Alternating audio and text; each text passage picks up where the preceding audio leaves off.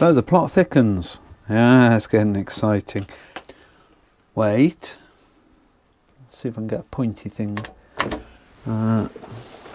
Some period tape. It's a Mark 1. Doesn't say Mark 1 because I guess they didn't know there was going to be a Mark 2, 3 and 4.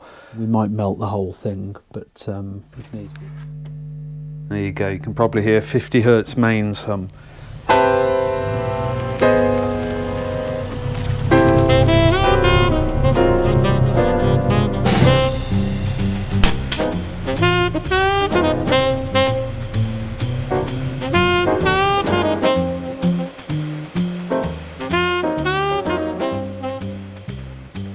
Okay, so before we get into the rebuild of the turntable, I thought it'd be worth just going through a bit of the history of the company. Garrard had been out of business for quite some time, so a lot of people probably don't know much about them. So company actually goes back to 1915, and you may have heard of Garrard the jewellers. They're still around, making very expensive jewellery. And the Garrard Turntable company was started by Garrard and Co jewellers, and it was 1915. The First World War was on, and they saw a market to manufacture precision rangefinders. I guess, you know, making jewellery, they were very adept at very precision work, so they moved into that market. Obviously, once the war ended, 1918, they looked around, you know, their military market largely disappeared, so they looked around for other products to make, and they saw a demand for spring-wound motors for gramophones. So gramophones were still wind up at this point, but Garrard could make very high quality motors that probably were very efficient because of the quality, and so they moved into that market. They expanded through the 20s. By 1930, they introduced their own gramophone with an electric motor. And because of the quality, the high quality of that unit, it was adopted by the BBC, by cinemas. And also during that period, the home hi-fi market was starting to take off.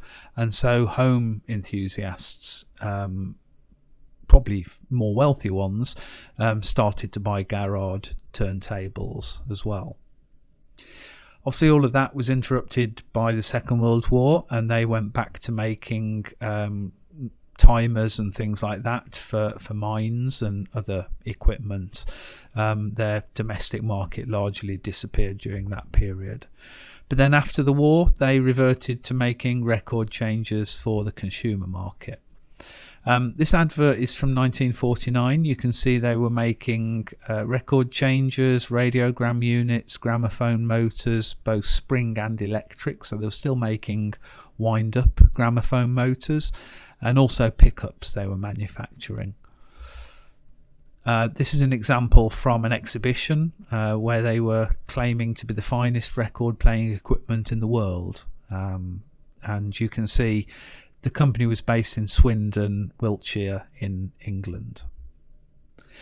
So through the 50s, they continued to expand and innovate. And by 1960, they'd grown big enough to be acquired by Plessey, who were a very large electronics company in the UK. And they moved factory in Swindon and also had a factory in Wigan for American exports. And they were employing about 4,000 workers by this point, so a pretty sizable company. This is an older photo of the production line, but it gives you an idea of the sort of scale of the manufacturing that was taking place. You know, real kind of production line output. And this gives you an idea of the scale of the factory as well. So I'm not sure exactly when this kind of picture is from. I guess looking at the vehicles, it was probably 1940s, but I'm not sure. Could be 50s. But it gives you an idea of the sort of scale of the factory that they had. This is a really interesting thing. So they really tried to innovate, and in 1959 they launched the Garrard tape system. So reel-to-reel tape was really the only option if you wanted to use tape at home or in a studio. And reel-to-reel, the sound quality was really good, but it was not the most easy to use format. You had to thread the tape through and things like that. So they introduced the Garrard tape system, which was, as you can see in the photo, kind of two small reel-to-reel tapes in a plastic housing. So it's really, this came out, I think the compact cassette came out in 1963. This was kind of 4 years ahead of the compact cassette. And even in 1963 with the compact cassette, because of the very narrow tape and very slow tape speed, the sound quality wasn't really good enough for music in the early 60s. So this was 4 years ahead of the compact cassette, but it was unfortunately didn't really take off. But it had lots of advantages compared to the compact cassette in the 60s. And you can see the deck you may be able to see is badged Garrard, but the whole unit is badged Murphy. So manufacturers would use Garrard turntables and decks in their own hi-fi equipment. This is another view of some of the things that Garrard were making. In 1959, you can see this is the tape system again in the top right and the middle. And they were kind of pushing, the simplicity. As I say, you didn't have to thread the tape through, which you have to do with reel-to-reel. This magazine loading and easy storage, the compactness of the solution. So they were really trying to innovate and stay ahead of the market. But when the compact cassette came out and started to become popular for music, the tape system didn't really stand a chance. So this is 1965, and they introduced the SP25. This is the deck that I'm restoring. A very popular deck, not the best sound quality, but pretty good. And the SP25, as I say, was very popular. This is a close-up, and you can see the speeds of the SP25. So the Mark 1 would play 16 RPM, 33, 45 and 78. So 16 was more for spoken audio books and things like that. And 78 was still popular in the 60s. Sound quality of 78 is actually pretty good with the right stylus. But you can see 33 and 45 were also supported. This is the Mark III SP25. The layout is basically the same. The styling was updated to be a little bit more modern by the late 60s, early 70s. And you can see that the speeds had changed as well. So no longer supported 16 RPM, but 33 RPM 7-inch record and a 33 RPM 12-inch, which is the normal LP size. And then obviously 45, and I think you can't see, but I think it still supported 78 as well. So some small changes, but the biggest change I think with Mark III was that it would automatically start and cue and play the record.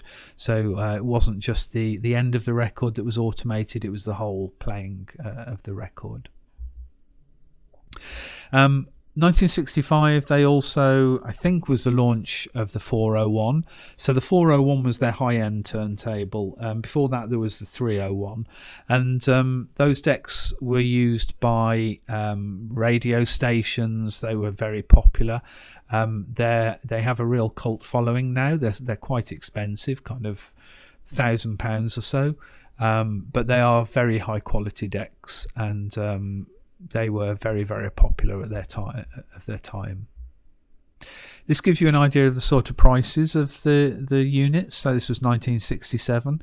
You can see the SP25 was about £13, £14, but the 401 at the top was kind of £30, so it's kind of twice as expensive.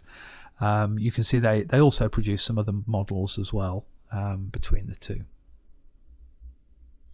And this is an advert for Garrard showing the 401 in a broadcast installation. So you know, you can, if radio stations are using it, it was about as good a quality as you could get. And as I say, it still has a cult following today. Another example of how Garrard tried to innovate was the 0100 turntable. So one of the limitations of a normal turntable with a fixed tone arm is that as the tone arm moves from the outside of the record to the inside, the angle of the stylus to the groove changes slightly. Some kind of turntables in the 80s were linear tracking, where the whole tone arm moved perpendicular to the record. The 0100 solved that in a different way. So the head shell could rotate, and it was on the tone arm was kind of a parallelogram, so the angle of the head shell changed as the tone arm tracked from the outside of the record to the inside. You can just about see that in the photos, that the angle of the head shell is changing, and that keeps the stylus parallel to the record. As I say, not a really big issue in terms of sound quality, but just a really interesting example of how Garrard tried to innovate in, I think this was 1970. There was a later version of this that had different colouring. This is cream, the kind of turntable chassis. The later ones were darker and a bit more modern looking. So yeah, another example of how Garrard tried to innovate to stay ahead of the market. Unfortunately, though, like lots of British electronics companies, they couldn't really compete with, especially the Japanese market, both in terms of price and innovation. Obviously, you know, Japan at the time was a very low cost manufacturing country, and manufacturing in the UK was very hard to compete, but also, you know, Japan just innovated much more. So by 1979 their company was sold to a Brazilian company, and I think most of the manufacturing was moved overseas as well. They had tried to sell some kind of rebadged Japanese units. Some of those, I think I've seen a cassette deck. I can't remember the name of it, but it's quite a high quality cassette deck. But I've also seen a fairly cheap looking portable cassette player that was badged Garrard. So it didn't really work out for them. Then unfortunately by 1992 it was all over and the company closed for good. So brief history of Garrard. They were around for, you know, quite a time, 1915 to 92, but unfortunately, like lots of British companies, they weren't able to compete and went out of business. The record player is stripped. It's in bits. I've taken the motor apart, as you can see here, to clean everything, and everything is in here. So it's now a matter of reassembling things. I'm going to start with the motor. This is the rotor commutator. I always forget on AC motors. It's a really nicely made thing. I think Garrard, one of the things, I mean, they talk about, you may be able to see, laboratory balanced motor. It's obviously been balanced by drilling the copper of the thing, balanced on both sides. So it seems really nicely made. The shaft is really nicely ground, and yeah, the whole thing is very well made. These are the end plates. So we've got spherical bearings, just oil light bearings in. I've oiled those with very light machine oil, having cleaned everything. And then you can see here, this is all in really good condition as well. The windings are, you know, there's no damage or heat damage or anything on the windings. So this is yeah, very good condition, and all the wiring is in good condition as well, so I'm not going to replace anything there. So fairly simple matter of, well, he says fairly simple matter of putting this back together. So it's basically 2 bolts that go through the motor. I think later ones apparently had screws. This has kind of bolts on either end, or nuts on either end, sorry. And that basically goes through the whole thing to keep it together with these spacers. So basically I need to start putting this together. There's this bottom end piece is enclosed. So there's a ball bearing that drops in that the shaft of the motor runs on. So obviously it's you know, it's very minimal contact point there. So somewhere in here, there you go, is the ball. This is really nice as well. I found this on eBay. I'm not sure, I don't think it's original, but really nice new Garrard label. What do you call it? I don't know, nameplate, whatever. That I'm going to put on the wooden casing, which I've also refinished, so I'll show you that in a bit. So yeah, that's the pulley that goes on the motor, and you can see the different steps for the different speeds. So I'll show you when I put the whole thing together. There's a large rubber idler that pushes against this and moves up and down depending on the speed setting. Again, really nicely manufactured. Can't see any, maybe, I don't know whether that's been machined or what, but I presume it probably was, seeing as this was the 60s. So anyway, so I'm just going to drop the ball into the bottom end plate and then start to assemble this.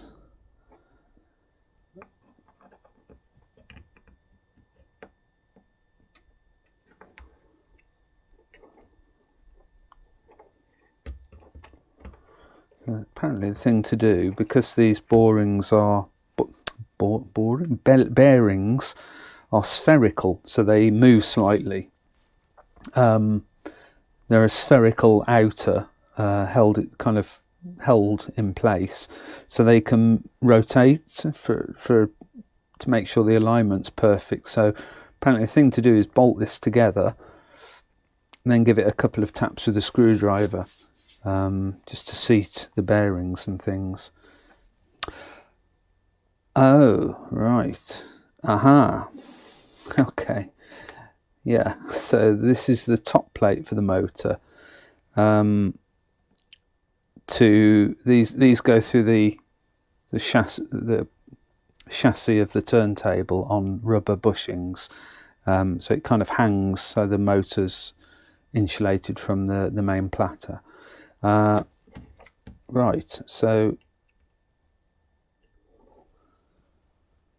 there's something obvious I am missing.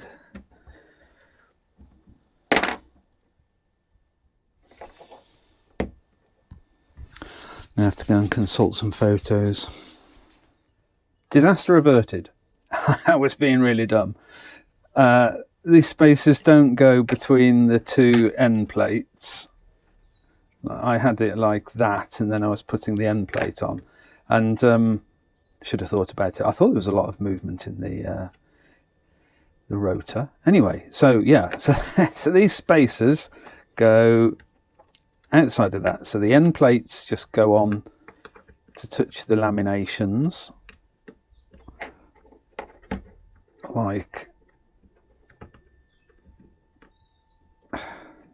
will go on like that. And then these spacers go on top like that. And then this goes on top of the whole caboodle. So, not sure it probably does actually matter which way, because it's going to, I should just go and check actually on the platter, the chassis, to see which way around that wants to sit, because it will, just so the wires come out basically. It doesn't matter on the motor, but so the wires come out the right side. So I'll be back in a minute. I'm just going to check that, and then we'll get this tightened up. You probably can't see, but it does run incredibly well. So that's all really nicely lubricated with this machine oil that I got. Okay, so just going to check which way around this goes on, and then we will be back and resume. So I'm pretty sure, so these are the 3 grommets that this plate goes into in the chassis, and the wiring needs to be here, so the motor flips over. So I'm pretty sure if I flip that plate over, that's the way it needs to go, and then that can go on the chassis like that. That is my thinking. We'll go with that. If it's wrong, I'll have to redo it. I think it's these screws go through there to hold that onto there. So, and that's the mains termination block, and there's the switch. So, all right, the motor is back together. Actually, yeah, I should put that back on now. Let's do that.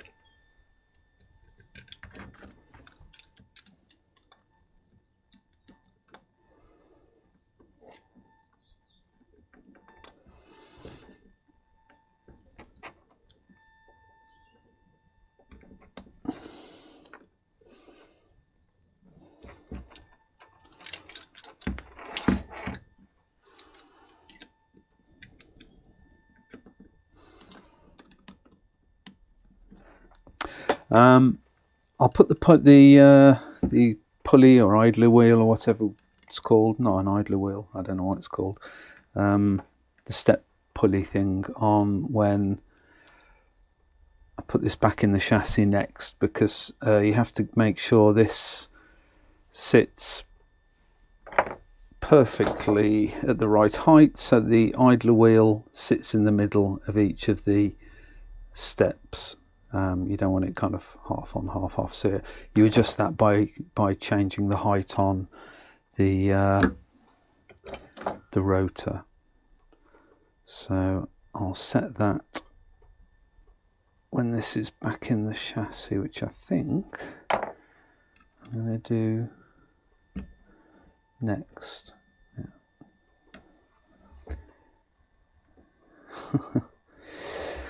Just to show how well this is all engineered, that's just air, absolutely no movement there at all. That's just air pushing, acting like a spring on this thing. It's incredible, incredibly well made. As I said, it does say laboratory balanced motor. I'm sure that's a bit of a loose interpretation of laboratory, but it's obviously been made with a lot of care, very precision thing, and there's absolutely no play that I can feel in those bearings, and you know it's not at all tight. It's rolling, still rolling, just stopped. So yeah, that looks really good. Don't want to over tighten this because I don't want to crack the plastic or bakelite or whatever that's made of. It looks like bakelite. Okay, I think we are back together. As I was saying earlier, I'll put the pulley on later. Very, I do like that. That's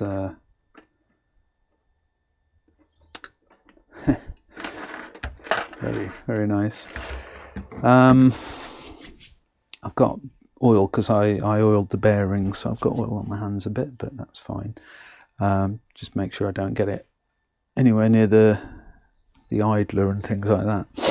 I'll clean everything. All right. Okay, I think now let's get this motor back in the chassis. So here's our chassis. I've cleaned everything. And I've also removed all the grease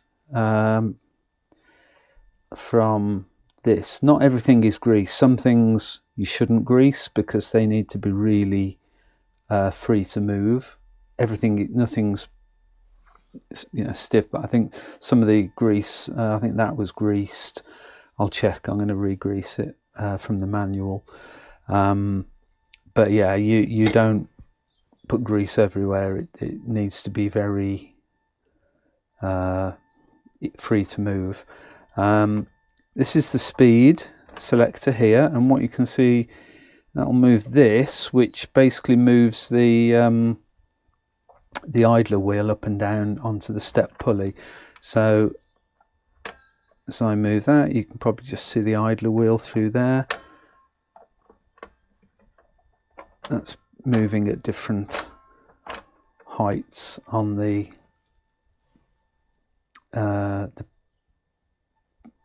pulley thing. So that all moves really freely, and then this is the mechanism. So that's play. No, sorry, that's, where are we? Yeah, so that's stop, that's lift, and that's play. What I also need to do actually is, which I might do now, I was reading up on this yesterday. So one of the problems was that the arm drops down too quickly, and you probably can't see very easily, but this in here is an oil piston that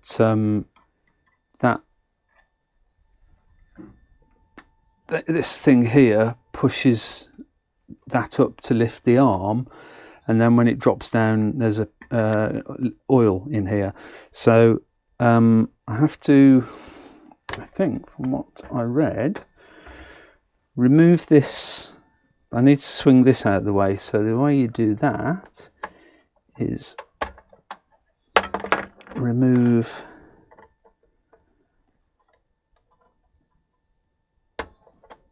that clip and that washer,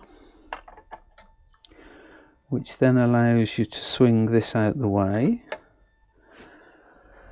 And then there's another circlip in there. Let's see if I can show you this. We're talking about this bit here, so I've just swung that out the way. That's what lifts the arm up as it moves. It pushes on the end here. This is oil damped, and there is a circlip in there. Supposedly you remove that and then remove the piston, and you can just, it says use a matchstick in the instructions to drop oil in there. I just had a look to see what sort of oil is recommended for this damper, and I can't find anything. So I'm going to go with what I've got, which is quite a thick petroleum oil, and it's not actually, I thought it was like an oil damper, but it's not. I think it's more like an air Yeah, an air damper. Can't quite figure out how that works because there's no, doesn't seem to be any end cap, but anyway, definitely not an oil damper. So I assume it's some sort of quite thick oil that just creates enough friction on the piston. Bit weird because it's open at the bottom. I thought this was enclosed, but it's not. It's actually see if I'm going to show you, if you can see there, that is actually the piston. So all I can think of, it relies on friction between this and this casing. As I say, that's open, and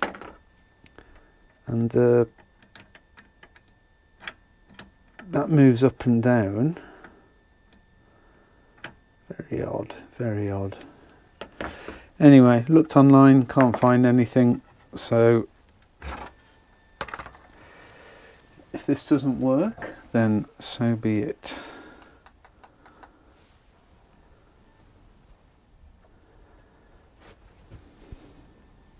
Oops, sorry, just bashed you with my head. And apparently, I don't know, again, I don't understand why, this washer is very important. No idea why.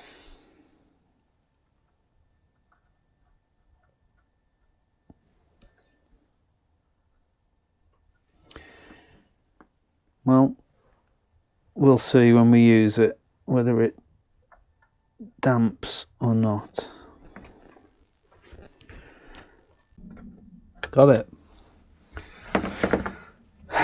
Okay.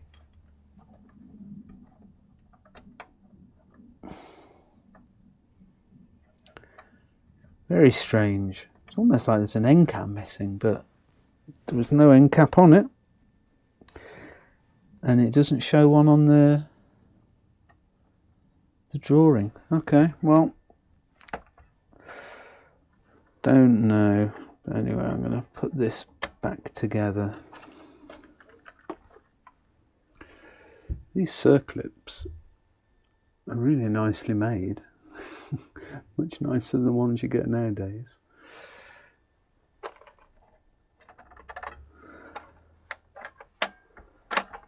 Okay, that's working. So the motor goes through like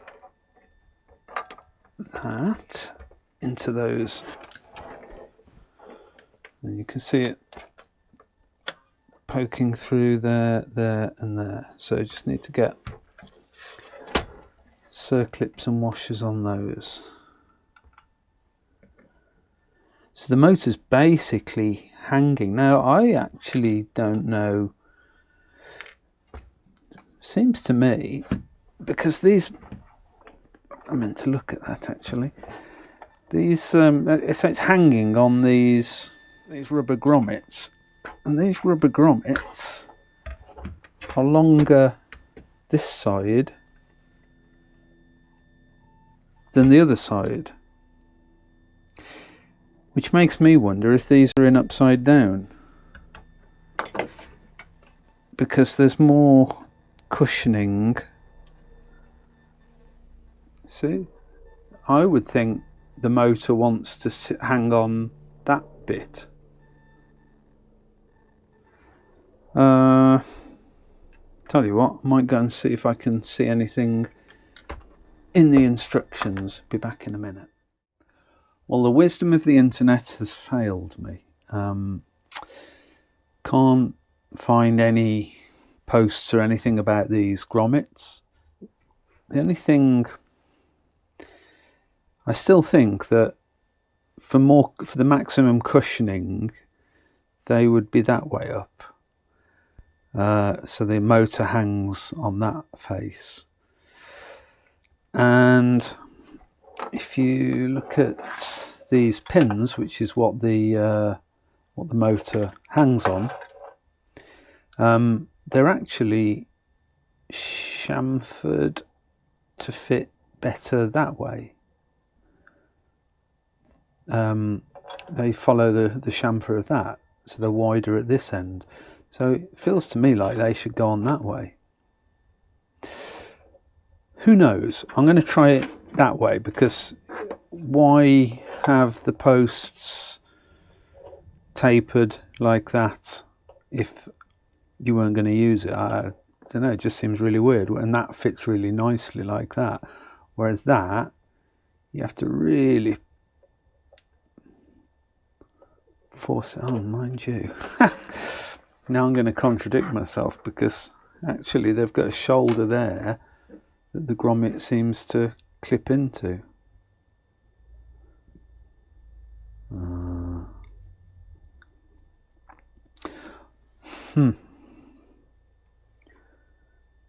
And maybe that's that chamfer on the grommet is to allow that to move.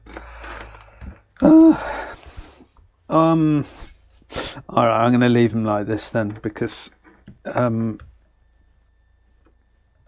yeah, maybe I'm over complicating it. Let's just leave them as they were. I'd be surprised if anyone has taken these out since the turntable was built, because the other problem with doing it the other way around is that the motor will sit slightly higher, and then the pulley might not align with this idler wheel. So okay, we're gonna go with it like which one is it? I think it's that one. We're going to go with them like that. Okay. Turn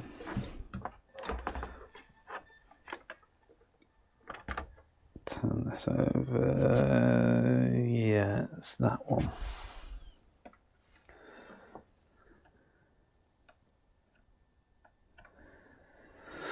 The good thing is these are really soft still. They're not. They haven't hardened or anything with age. Okay. So, which way around do we go? It's that way, isn't it?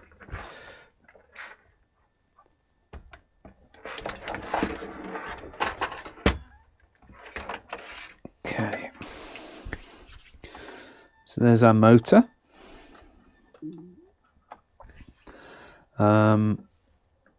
Put these washers on.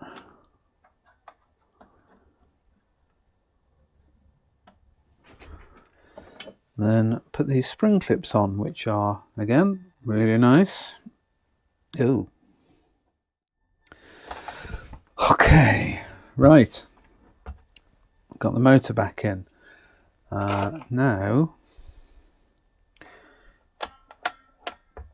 so I don't know if you can see that. As I change the speed, the height of this pulley changes. So what I need to do is get this on so that it sits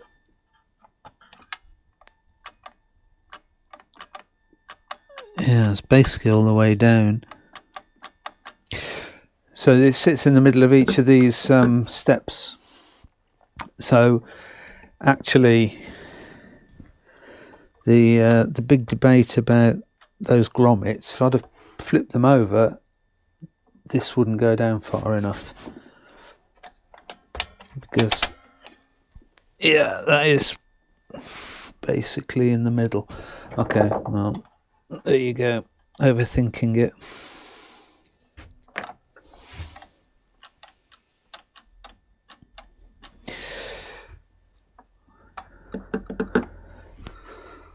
Okay.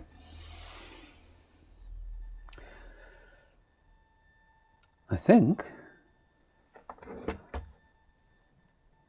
that's it.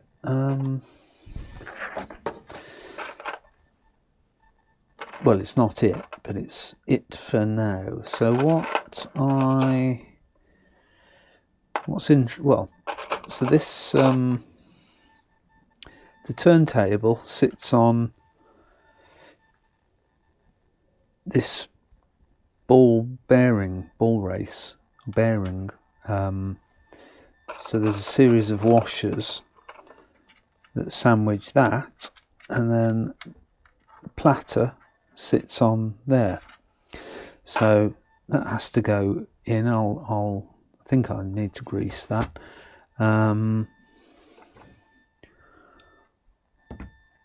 What I might do, I need to attach.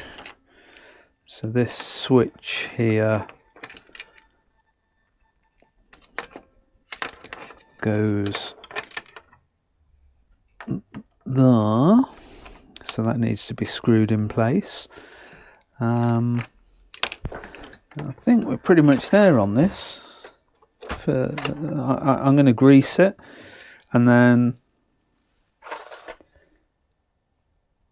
I think start putting this back into the plinth. So I won't show you me greasing this, not going to be very exciting. I'll just show you where I've greased it in case it's useful for anyone servicing one of these turntables. But I'll bring you back once that's done and we're ready to start putting this back into the plinth and seeing what it looks like.